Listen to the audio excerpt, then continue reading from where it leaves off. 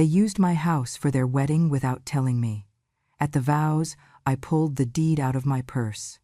The Florida sun poured through the blinds like liquid gold, filling the house I built with a heat that felt almost personal. Outside, I could hear the music, laughter, the rustle of dresses brushing against the freshly cut grass. I wasn't supposed to see any of it. Sharon had made that perfectly clear. "Keep her inside," I heard her say through the door. "I don't want the guests thinking we're running a retirement home." The staff laughed politely, the kind of laughter people give to power, not humor. From my chair near the window, I could see flashes of white fabric, champagne glasses glittering, the floral arch they had placed right where Henry used to plant magnolias. Every petal shimmered under the sun, and yet the air felt cold. Anthony passed by the window once, his tuxedo crisp, his eyes somewhere else. He didn't look in. I used to press that same shirt for him before school plays, before job interviews, before life took him further than I ever imagined. Now he couldn't even look at me. I heard Sharon again, her voice sharp as glass. "Can someone make sure she eats later? Oh, never mind, she's survived this long on guilt." The laughter rose again, higher this time. I looked down at the small silver frame on the table beside me. Henry's face, still kind after all these years, smiled back from under the glass. "You'd laugh, Henry," I whispered. "They turned our home into a circus." His eyes, frozen in that old photograph, seemed to say what he always did. "Keep your grace. They'll need it when the music stops. If you feel justice deserves celebration, smash that hype button. Let us keep stories like this alive, echoing far, far away. Your support helps us bring understanding and love to those who deserve it. Thank you so much. Keep listening." A young woman from the catering team peeked into the living room, nervous. "Mrs. Thompson, would you like me to bring you some water?" Before I could answer, Sharon's voice sliced through the air. I said, "Keep her inside, not entertain her." The girl flinched, mumbled an apology, and closed the door softly. I sat very still. In my lap, the old leather purse rested like a secret I'd been carrying all my life. My hands trembled slightly as I brushed a bit of dust from its surface. I thought of how Sharon once complimented it. "Vintage," she said. "Like you. Cute, but out of use." The irony made me smile. From outside came a wave of applause as guests took their seats. Through the glass, I saw the reflection of the string quartet tuning their instruments. Every corner of my garden, the garden Henry and I had built with calloused hands, had been transformed into a backdrop for Sharon's fairy tale. A drone buzzed overhead, recording every angle, every illusion. Then the door opened. The scent of expensive perfume entered before she did. Sharon stood there, a crystal flute of champagne in one hand, her white silk robe draped casually off her shoulders. "Don't ruin this for me, Claire," she said, every word wrapped in sugar and venom. "You already ruined your son with your guilt trips." I turned to face her fully for the first time that morning. She was radiant in that cruel, manufactured way beauty can be when it's bought and borrowed. "I'm not here to ruin anything, dear," I said softly. "I'm just waiting for the vows to begin." Her smile faltered, only for a second. "You're unbelievable," she hissed. "After everything Anthony and I have done for you, letting you live here, giving you purpose, you still manage to make everything about yourself." I almost laughed at that, but I didn't. Some things deserve silence, because silence can hurt more than words. She didn't notice the purse in my lap, or how my thumb rested on the worn brass clasp. She didn't notice that I was already dressed in my Sunday best, a quiet lilac dress that had seen more truth than her entire wedding budget. Outside, the music changed. Guests began to clap again. Sharon glanced toward the sound, lifted her chin, and smirked. "Stay put, Claire. I mean it. The last thing we need is for you to come wandering out there. Old people, energy kills the vibe." She left the door open just enough for me to hear the laughter follow her out. I looked down at my purse again, then at Henry's picture. "You told me to keep the papers," I said under my breath. And I did. I rose from the chair, slow but steady, the way a storm gathers without sound.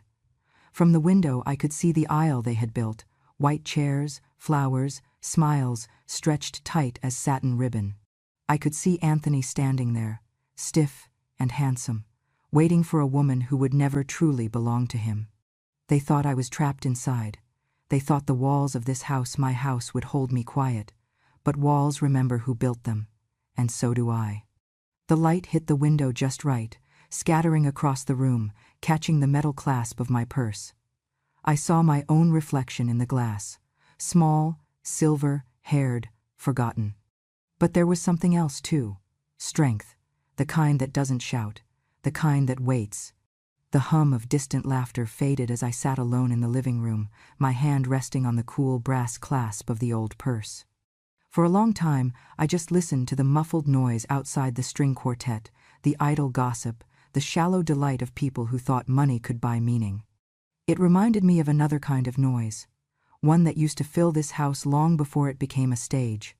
The sound of Henry whistling while fixing the porch light, the sound of our son's small feet racing down the hallway. Those were sounds you could trust.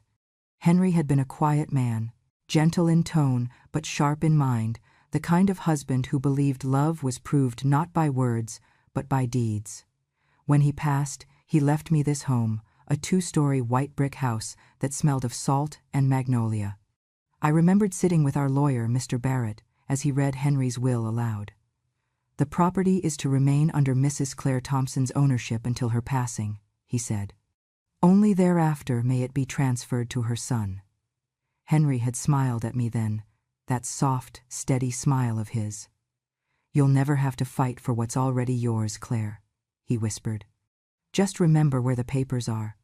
I thought of that day often, especially after Sharon entered our lives. She was charming. I'll give her that sharp heels, sharper tongue, and the kind of confidence that makes men like my son believe they're lucky to be chosen. The first time she called me Mom, she wore that saccharine smile.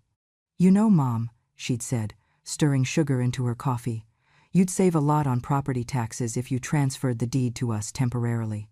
We'd handle all the paperwork. You wouldn't have to lift a finger." I had smiled back, gently, the way old women are expected to when they've learned to survive through politeness. "Dear," I told her, "I've already paid all my dues, financial and emotional." She didn't like that. I could tell from the way her lips pressed together, thin and bloodless, like she was swallowing something bitter. After that, things changed subtly. She began moving things around, small at first. My wedding portrait shifted to a less visible wall. The old rocking chair moved to the garage to make space. My garden tools replaced with decorative planters to look better on camera. When I questioned her, she'd laugh lightly. "Oh, Claire, don't take it personally. We're just modernizing." Then came the day she asked to borrow some documents. She said a local event planner needed proof of property ownership for an intimate family celebration. I remember standing in my study, the light spilling across the table, as she held out her perfectly manicured hand. "It's just procedural," she said. "They'll return everything tomorrow." I wanted to believe her. I really did, but something in her tone, something rehearsed, made my stomach twist. After she left, I called Mr. Barrett. He was old now, his voice gravelly but kind. "Claire," he said, "you know I'll check anything for you." 2 days later, he called back. His voice was careful, deliberate. "You might want to sit down, Mrs. Thompson." "Why?" I asked. "Your daughter-in-law," he said slowly, "appears to still be legally married to a man named Edward Delaney, Miami, marriage license still active, no divorce record filed." For a long moment, I said nothing. The room around me blurred the familiar furniture, the lace curtains, the photos lining the mantel. "Are you sure?" I asked finally. "I checked twice," he said. "And Claire, she used your property's address as her residence on a recent credit application. That's public record now." My breath left me in one sharp exhale. "I see," I said, my voice steadier than my heart. After hanging up, I went to the desk Henry had built for me years ago, opened the drawer, and pulled out the small printer I kept for bills and letters. The whirring sound filled the silence as I printed 2 documents, the marriage certificate of Sharon and Edward Delaney, and the deed of this house, my house, bearing my full name, Claire E. Thompson.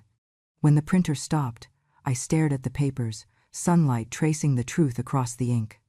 The late afternoon sun slanted through the blinds, drawing bars of gold across the ink, as if even the light wanted to read the truth.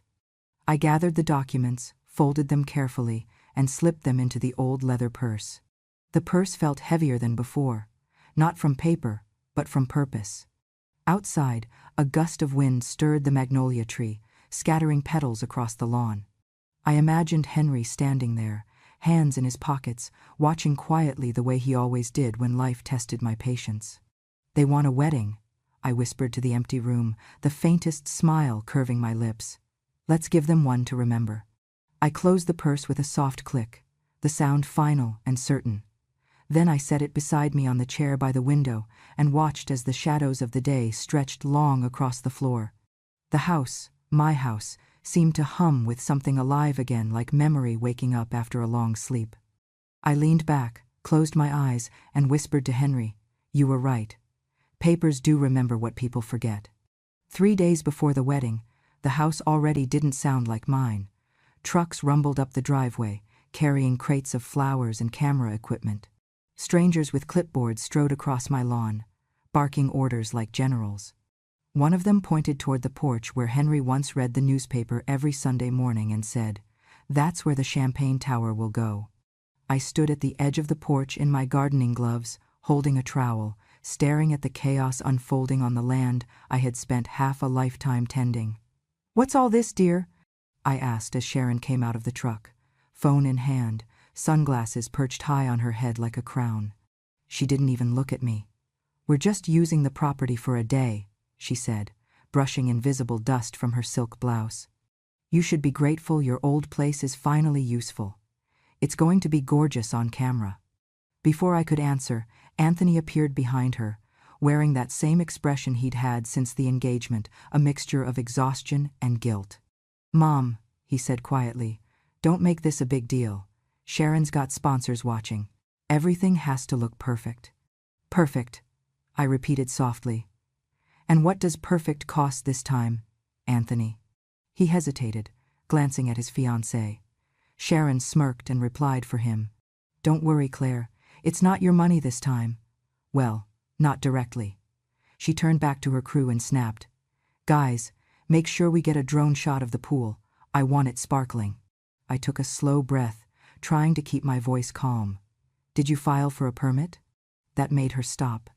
She looked over her shoulder, amusement curling at her lips. "You don't have to worry, Claire. It's not like anyone remembers whose name is on the mailbox." I could have called the police right then.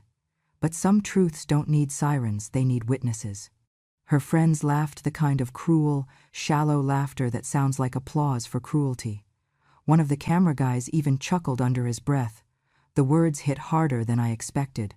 Not because of their sting, but because they were so confidently wrong.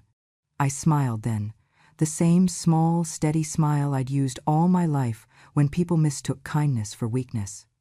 "I see," I said. "Well, I'll try to stay out of the way of your project." Sharon's tone softened into that false sweetness she wore like perfume. "Good idea, Claire. Maybe just stay inside during the shoot. The whole theme is modern elegance. No offense, but the whole granny with a teacup thing kind of throws it off." The crew laughed again. Anthony didn't. He just looked away, pretending to scroll through his phone. That night, after everyone had left, I walked out into the quiet yard. The half-built floral arch loomed in the moonlight like a ghost of something sacred. I traced my hand along one of the magnolia trees Henry and I had planted 40 years ago. The petals were still soft, still fragrant. The ground beneath my feet was solid, unchanging mine. I went back inside, the house silent except for the hum of the refrigerator and the ticking of the old clock in the hallway. I stood there for a long moment, staring at the family photos lining the wall. Sharon had moved most of them into a box last month, saying they didn't fit the aesthetic. Only one remained, a picture of me and Henry, taken the day we finished paying off the mortgage. He had his arm around me, dirt on his hands, pride in his eyes. I smiled back at that younger version of myself, then walked toward the study. The air smelled faintly of cedar and old paper. I knelt down, opened the small safe hidden behind the filing cabinet, and pulled out a thick envelope. Inside was the property deed, my name printed clearly, Claire E. Thompson, followed by Henry's signature, faint but still legible. I ran my fingers over the embossed seal, feeling its ridges beneath my skin. "They forgot who paid the mortgage," I whispered. I took the deed and slipped it into my old leather purse, right beside the documents Mr. Barrett had sent me. The purse closed with a soft click, the sound somehow louder than all the noise outside had been. The next morning, when Sharon's crew returned, I sat on the porch as they strung up more lights. She waved at me with that bright, empty smile. "Morning, Claire.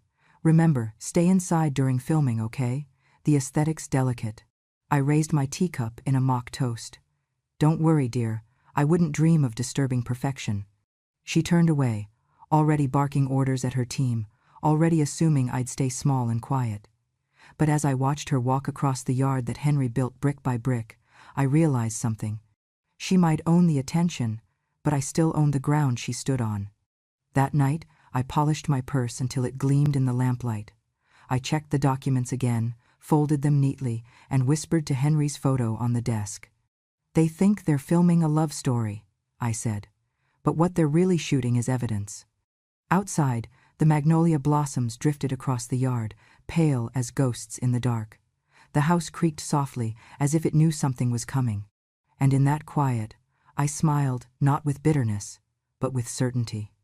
Some people build their worlds on borrowed light, others keep the switch.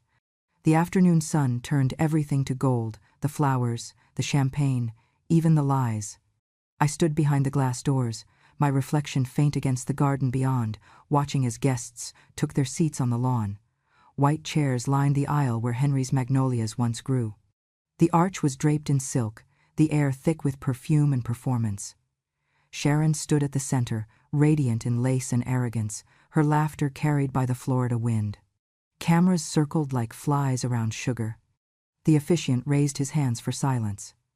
"We gather here today to join Anthony and Sharon in holy matrimony," he began, his voice deep and rehearsed. I could almost hear the sponsorship dollars clinking behind every word. Sharon turned slightly, tilting her face toward the nearest camera with a practiced smile. Anthony stood beside her, looking handsome but hollow, the way men do when they mistake obedience for love. I clutched the old leather purse in my lap, its weight steady against my palm. My heart didn't race, it waited. The officiant continued, his words floating through the air like incense. "If anyone knows any reason these two should not be joined in marriage, speak now or forever hold your peace." It was meant to be symbolic. Everyone knew that line was just theater. Sharon laughed softly, turned toward the guests, and said loud enough for every microphone to catch, "Guess no one does. Even ghosts know their place."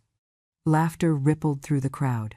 Sponsors, influencers, strangers who only came for the content, they all clapped politely, unaware they were applauding their own prelude to disaster. Then, somewhere behind them, the back doors creaked open. I stepped out. The sound of my shoes on the patio stones silenced a few heads in the back row.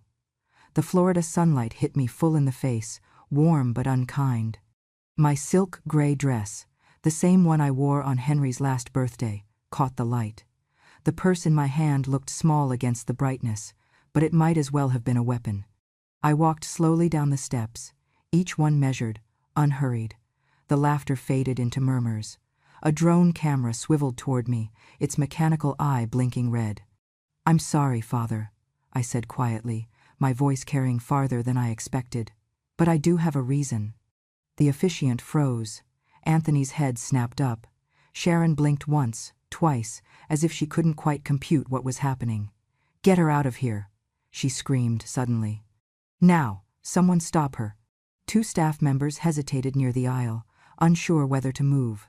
No one wanted to be the first to touch the old woman in the silk dress. I raised one hand calmly. "No need," I said. "This is my home, and my turn." The crowd went still. Even the birds seemed to stop. The only sound was the faint buzz of the drone above and the rustle of the magnolia leaves. I walked toward them, the air thick with confusion. "You all look beautiful," I said softly, glancing around. "Such a lovely celebration. My husband built this garden with his own hands. Every brick under your feet, he laid them himself."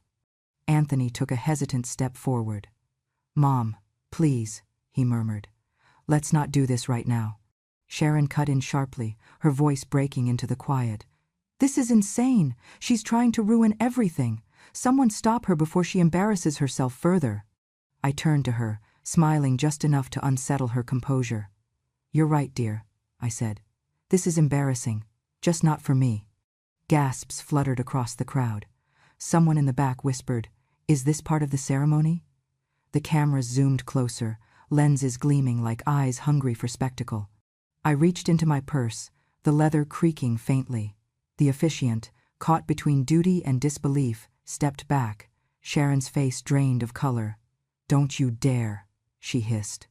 Oh, I dare, I said softly. You see, weddings are about truth, aren't they? Promises made in front of God, family, and a few thousand online viewers. I glanced toward one of the live stream cameras. So let's make sure everyone watching gets the truth. I opened the purse slowly, deliberately. Inside lay 2 documents, one old, one newer, both printed on the same crisp parchment. I lifted the first one. This, I said, holding it high enough for the cameras to capture, is the deed to this home. My home. It's been in my name for 43 years, since the day my husband and I signed it together. Every inch of this ground is mine. And contrary to what some people have suggested, I looked directly at Sharon. I have no intention of transferring it. A ripple went through the crowd. The officiant swallowed hard. Anthony's face went pale. Sharon laughed high, shrill, desperate. You think this matters? You're old, Claire. This isn't your day. I nodded slowly. You're right again. It's not my day. It's yours. I reached back into the purse and drew out the second document. And this, well, this belongs to you. She frowned. What the hell are you talking about? I unfolded the paper carefully. Marriage license number 2478. Sharon Louise Delaney. Married to one Edward Michael Delaney, Miami-Dade County, filed 5 years ago. Still active, still legal. For a moment, silence. Then chaos. Guests turned in their seats, whispering furiously. The officiant stammered, Is this, ma'am? Is this accurate? Sharon stumbled back, shaking her head. That's private. That's a mistake. I looked at her steadily. Mistakes usually come with signatures. Yours is right here. I held it out toward her, the paper trembling slightly in the breeze. Anthony's voice broke. Sharon, what is she talking about? It's old, Sharon stuttered. It doesn't mean anything. Oh, it means quite a bit, I said gently. Because bigamy is still illegal in the state of Florida, and fraud, dear, doesn't photograph well. Gasps erupted. The cameras swung wildly, guests scrambling for their phones. The drone hovered above like judgment itself. Sharon's champagne glass slipped from her hand and shattered against the patio stones. You planned this, she spat, her voice cracking. You vindictive old witch. I smiled, calm as the tide. No, dear, I just kept the papers. The officiant cleared his throat, his voice barely above a whisper. This ceremony cannot proceed. The music stopped. The guests didn't move. Sharon stood frozen, her perfect dress glowing under the sun like a lie exposed. Anthony just stared at her, at me, at the wreckage of the fantasy he'd built. I turned to the crowd, my voice steady and soft. When lies wear white, I said, truth has a way of walking in quietly. And with that, I turned, the purse swinging lightly at my side, and walked back toward the house Henry built, with the magnolias swaying gently behind me, whispering applause only I could hear. The crowd had gone from murmuring to muttering, from polite disbelief to open chaos. Cameras trembled in hands that moments ago held champagne flutes. Sharon stood there, the Florida sunlight hitting her square in the face, exposing every crack in her painted calm. The officiant was frozen mid-sentence, the musicians' bows hung motionless above their strings. Even the birds seemed to stop. I took a single step forward. The purse in my hand felt lighter now, not a burden, but an answer long overdue. I opened it slowly, the sound of the brass clasp clicking echoing across the garden. You all came here for a wedding, I said softly, my voice steady. You're still getting one. just not the kind you expected. I pulled out the first paper, holding it carefully by its edges. "Before you marry my son," I said, "you might want to divorce your first husband." The crowd gasped in unison. I turned the paper so the nearest camera could see. The embossed seal glimmered under the sun, an official marriage certificate, signed and notarized, between Sharon Louise Delaney and Edward Michael Delaney, Miami-Dade County. "Shut up," Sharon shrieked. "That's fake. You think paper makes you powerful?" I smiled, calm as ever. "No, dear," I said. "Truth does." Her voice cracked.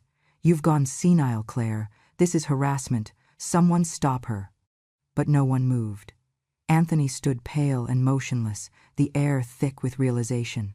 "Sharon?" he whispered, his voice breaking. "What is she talking about?" She turned to him, panic replacing arrogance. "Baby, it's old paperwork. I thought it was annulled." "Annulled?" I repeated softly. "Funny. The state records show it's still active. Mr. Barrett, my husband's old lawyer, confirmed it himself." The officiant cleared his throat, his eyes darting between me and the paper in my hand. "This document appears legitimate," he said carefully. "If so, I cannot proceed with the ceremony." "No," Sharon screamed, her voice cracking. "You can't just walk in here and ruin my life." "I didn't ruin it," I replied. "You did, when you built it on lies." I reached back into the purse and pulled out the second document, the one with the thick parchment and Henry's fading signature. "And while you're at it," I said, lifting it high, "step off my property." The reaction was instantaneous. Gasps, camera shutters, whispers. The drone overhead dipped lower, its lens fixed on the papers fluttering in the wind. "This is the deed," I continued, my tone even but firm. "Filed in 1980 under my name and my husband's. The mortgage paid in full by 1992. Every inch of this land belongs to me. You have been living here on courtesy, not entitlement, and today that courtesy ends." The officiant took both papers from my hand, scanning them quickly, his brow furrowed. "These are authentic," he said finally, voice trembling. "I recognize the notary seals myself. Mrs. Thompson, you're within your rights." Sharon's face twisted in disbelief. "You planned this," she hissed. "You waited until the cameras were here, until everyone was watching just to humiliate me." I looked her straight in the eyes. "You did that yourself when you turned my home into your stage." Anthony stepped forward, tears welling in his eyes. "Mom, please," he whispered. "Stop, you've made your point." I turned to him, the ache in my heart quiet but sure. "No, son," I said softly. "Truth doesn't stop when you're embarrassed by it." The guests whispered now, no longer polite. Phones were raised, recording everything. A woman near the back muttered, "Is she serious?" Another said, "She's a legend." The cameras zoomed closer, catching every word, every tremor in Sharon's face as her world cracked open. Then came the sound of sirens in the distance. Someone had called the authorities, maybe the officiant, maybe one of the sponsors desperate to contain the disaster. Two uniformed officers walked briskly through the garden gates, the blue and red lights flickering against the white flowers. "Ma'am," one officer said, approaching Sharon, "are you Sharon Louise Delaney?" Sharon's voice trembled. "Yes, what is this?" "We have a warrant for your detainment under suspicion of marriage fraud and misrepresentation," the officer said, reading from a paper. "You have the right to remain silent. Anything you say can and will be used against you in a court of law." The gasp that followed was louder than any applause. The cameras caught every second her disbelief, her stammered protests, the way her mascara streaked down her cheeks like melted pride. "This is insane," she shouted as the officers gently took her by the arm. "You'll regret this, Claire. You think people will side with you? You're just a bitter old woman." "Maybe," I said softly. "But even bitter roots can bear truth." They led her toward the driveway, her wedding dress dragging across the dirt she once called beneath her feet. Anthony stood frozen, his hands shaking, his eyes glassy. He looked at me, a child again for a moment, lost and scared. "Mom, I didn't know." "I believe you," I said. "But maybe you should start learning what love looks like when it's not rehearsed." He turned away, unable to meet my gaze. As the police car pulled out, its lights flashing against the Florida sky, I felt the wind move through the magnolia trees, scattering white petals across the empty chairs. The guests began to disperse slowly, whispering, recording, already turning the story into something viral. By evening, the videos were everywhere. "Grandma from Florida cancels her son's wedding," the headline said. "Bride arrested mid-vows in shocking twist." Another clip trended faster. She pulled out the deed from her purse. Comment sections flooded with praise and disbelief. "Protect this woman at all costs. The Florida grandma is a legend. Truth doesn't shout, it walks in with receipts." I sat on the porch later that night, the garden finally quiet. The magnolia petals glowed faintly in the moonlight. The purse rested beside me, empty now, its purpose fulfilled. I reached into my pocket and found Henry's old watch, still ticking. "You were right, love," I whispered. "Papers remember." Somewhere out there, the world was watching. But for the first time in years, I didn't care. I had nothing left to prove, only peace left to keep. By morning, the story had spread farther than even the Florida heat could reach. Every news outlet had my name on their lips, or at least the one they'd given me, the Justice Grandma of Florida. My face, framed by magnolia blossoms and sunlight, was plastered across screens from Miami to Seattle. Someone had slowed down the video of me walking down the aisle, purse in hand, and turned it into a clip set to dramatic piano music. It had over 30 million views before noon. I watched it once on my phone, sitting on the porch with my cup of chamomile tea. The captions flashed across the screen. She pulled out the deed from her purse. The bride wasn't even single. Grandma shuts down wedding, saves son. I chuckled softly.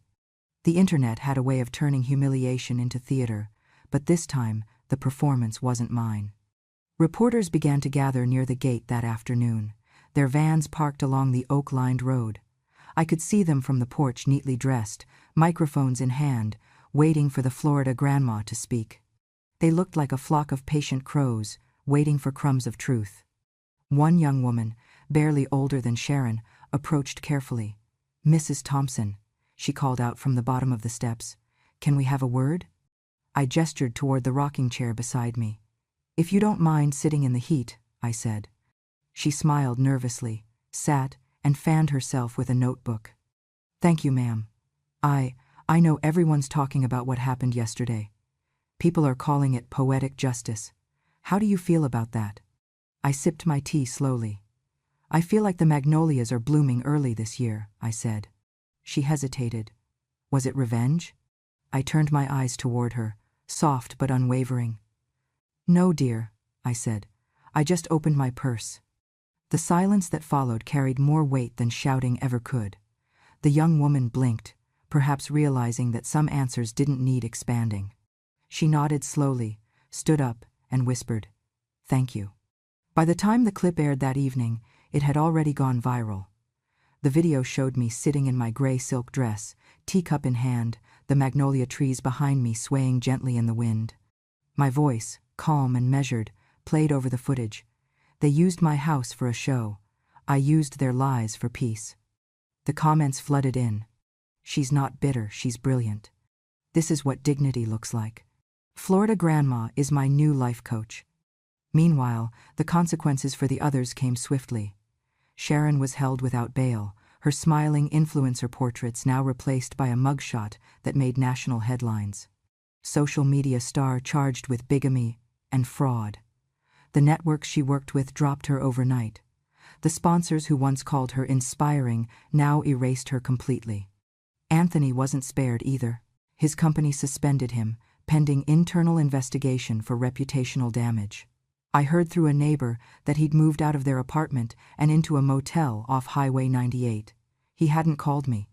I didn't expect him to. Shame is a quiet roommate, it moves in before forgiveness can. The house was calm again. The laughter, the clinking glasses, the endless directions shouted across the yard, all gone. In their place came the soft rhythm of normal life. The ticking of Henry's old clock, the hum of cicadas, the creak of my rocking chair. I felt the kind of peace that doesn't need applause, only air. That weekend, I received a letter from Mr. Barrett. It was short, typed on his old stationery. Claire, congratulations on keeping your head while others lost theirs. I hope Henry's smiling somewhere. The state prosecutors say your testimony will help close the case. Call me when you're ready to speak on record. Yours, always, Barrett. I folded the letter neatly and set it on the table beside the purse. My phone buzzed again, another notification. Someone had made a fan page for me. Justice Grandma of Florida, it read. The profile photo was me holding the purse mid-air, sunlight gleaming off its brass clasp. The tagline said, "Truth doesn't age." I laughed out loud then, the kind of laugh that doesn't hurt anymore. I opened the screen door, stepped into the garden, and breathed in the heavy Florida air. The petals shimmered white against the afternoon light, scattered across the grass like the remnants of a wedding that never truly was.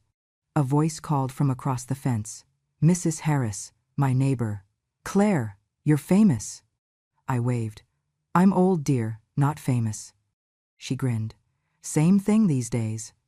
That night, I sat on the porch again, the tea warm in my hands. The moon rose slow and steady, turning the world silver. I thought about Sharon's face when she saw those papers, about the hush that fell when truth replaced ceremony. People said it was poetic justice. Maybe it was.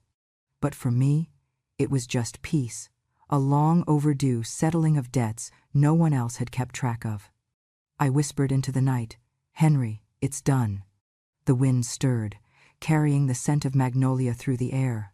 Somewhere in the distance, a mockingbird sang a sound so pure it almost made me cry. I looked out at the darkened garden, the house glowing softly behind me, and thought about how strange it was to become a symbol for something so simple. I hadn't set out to teach anyone a lesson. I had only remembered what belonged to me, and what didn't. And as the last of the night breeze brushed my cheek, I smiled and said quietly, to no one and everyone, justice doesn't always shout. Sometimes it just sits on a porch, sips its tea, and lets the truth do the talking. A year later, the house on Pinecrest Lane was no longer mine. The magnolias still bloomed there every spring, but they belonged to someone else now, a young couple with 2 children and a golden retriever who waved to me when I came back one last time to collect the mail. I wasn't sad. That house had served its purpose. It had held love, betrayal, and justice. And when a house has told all its stories, it's kind to let it rest. After the scandal, I became something I never expected to be, a symbol. The newspapers called me Florida's Grandma of Justice. Women from all over the country wrote letters, telling me about the contracts they never read, the deeds they'd signed over for love, the sons who told them to stop being dramatic. One letter, from a widow in Ohio, ended with, "You reminded me I'm still the main character in my own story." So I started a small workshop at the Clearwater Community Center. We called it Never Sign Blind. Every Wednesday, a dozen women, some widows, some divorced, some just tired, sat in a circle with coffee cups and notepads while I taught them the basics of ownership, consent, and quiet courage. The trick, I'd tell them, is not to become suspicious of everything. It's to remember that love and logic can live in the same heart. The room would fill with laughter, soft but certain. Sometimes they brought cookies, sometimes they brought their pain. Either way, we shared it all like communion. One afternoon, a young journalist came to visit. She was the same age Sharon had been when she married my son. "Mrs. Thompson," she said, voice gentle but curious. "After everything, do you regret it? Exposing your family like that?" I smiled faintly. "Only trusting too soon," I said, "but I'll never regret remembering." She nodded slowly, jotting it down. That line would end up printed in magazines, quoted in speeches, even painted on a mural at the center. I didn't plan it that way, it just happened. Truth has a way of echoing when you stop trying to make it louder. A few weeks later, on a humid afternoon in June, I heard a knock at my door. When I opened it, Anthony stood there. He looked thinner, older, his eyes softer than I remembered. The boy I'd raised was somewhere beneath the man he'd become and lost. "Mom," he said quietly, "I lost everything." I studied him for a moment. His voice trembled not from anger this time, but from truth. For a fleeting second, I saw Henry in him, the same regret, the same quiet decency trying to find its way back. "No, son," I said gently. "You just found yourself. That's something." He lowered his eyes. "I'm sorry. For everything, for letting her, for not seeing you, for making you feel like—" His voice broke. "Like a burden." I reached out, placing my hand on his. "You were blind, Anthony, but blindness can be cured. Just promise me you'll never let love make you stupid again." He laughed weakly. "That's one of your class slogans, isn't it?" "Maybe," I said, smiling. "It's a good one."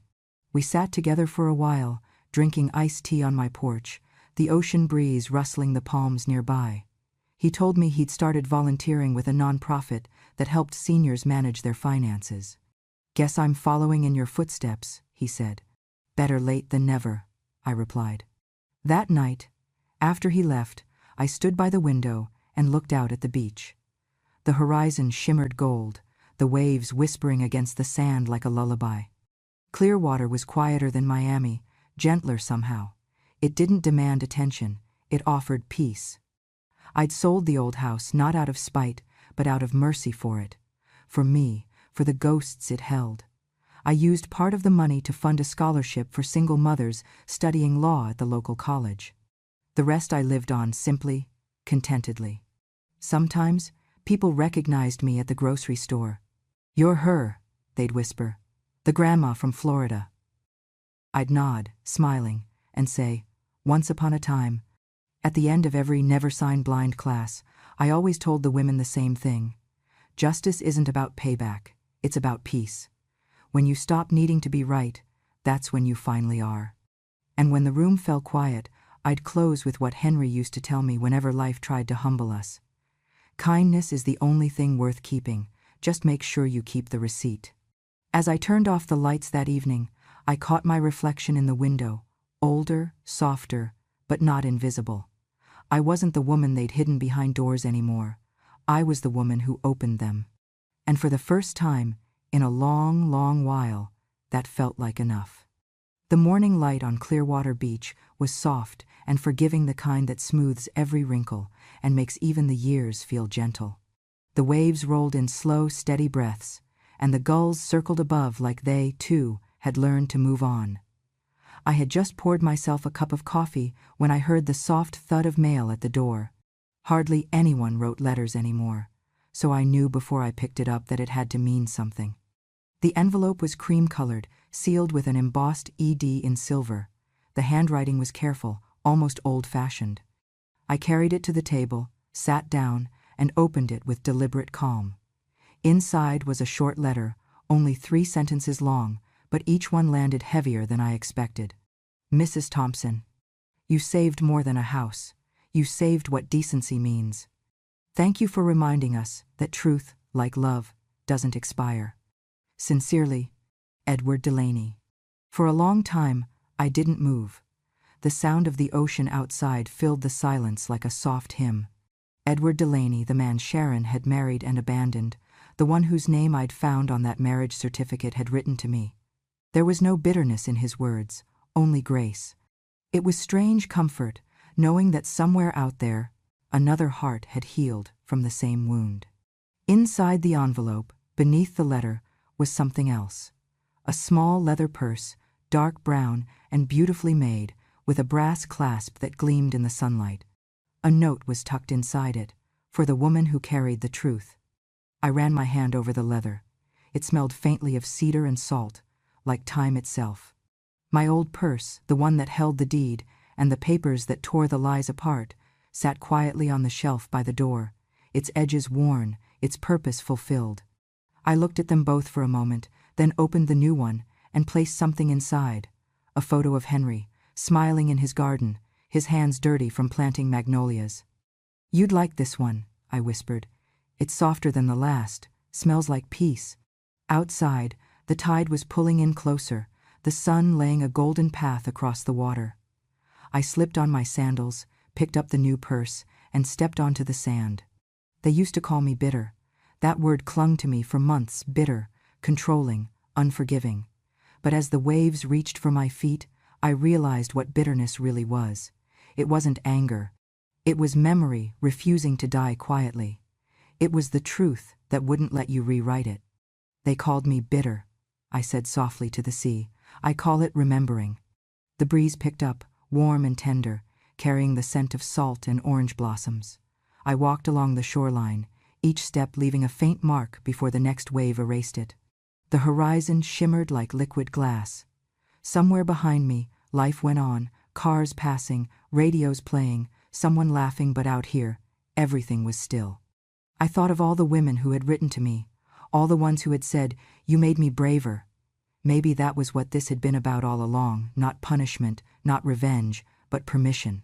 Permission to remember, to reclaim, to speak quietly and still be heard. As I walked, I heard Henry's voice in my head, the same way I always did when I needed grounding. If they use your kindness as a stage, he'd say, don't scream, just pull the deed. I smiled, whispering his words aloud, as if sending them back to him through the wind. Because wisdom doesn't shout, I added, it waits. The sun climbed higher, spilling gold across the water. I reached the end of the beach, where the sand turned to shells and the waves softened into foam. I paused there, looking out at the endless stretch of blue. There was nothing left to fight for, no one left to prove wrong, only peace, wearing my name now, quiet and certain. I took the photo of Henry from the purse and held it up against the light. We did it, love, I whispered. We kept the truth standing. Then I slipped the photo back inside, closed the clasp, and turned toward the water. My reflection wavered where the sea met the sand, the sunlight catching in my gray hair. I walked a little farther until the surf brushed my ankles.